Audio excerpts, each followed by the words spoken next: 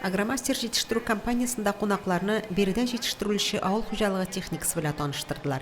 Ірітіп ябыштыру агрегатларны жию, лазер білі ішлеу цехларын, традицион классик қатнаш шашкішлерін һәм культиваторларны ішлеу тәртибін көрсеттілер.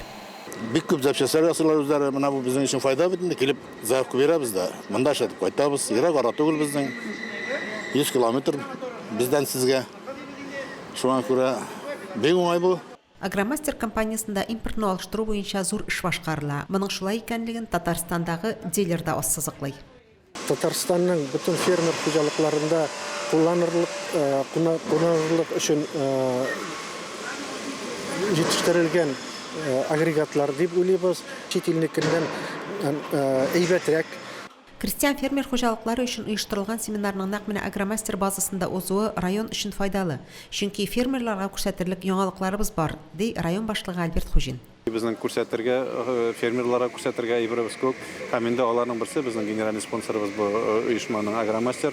Менә үзегез күреп торасыз, күпме генә культиваторлар, яңа төрле кече фермерлар өчен дә, олы фермерлар өчен дә монда җитештерелә торган җиһазлар бар. Шурашуга килгән фермерлар да бик канәгать калдылар. Bundan kere benim hikmetine şu şakattım mı diyoruz Tataristan'da var ama Sivri ayında nindi buna şaşırga kardeşlerden iyi teknikler içtiler ikisi. Bu müşküne ve Tataristan'da şunday işler maytarı yaptığız bir kovasıyla. Семинарның пленар өлеше район мәдәният йортында узды. Утырышны Татарстанның фермерлар һәм крестьян хуҗалыклары ассоциациясе рәисе Камияр Байтимиров ачты һәм семинарны оештыручыларга рәхмәтен җиткерде.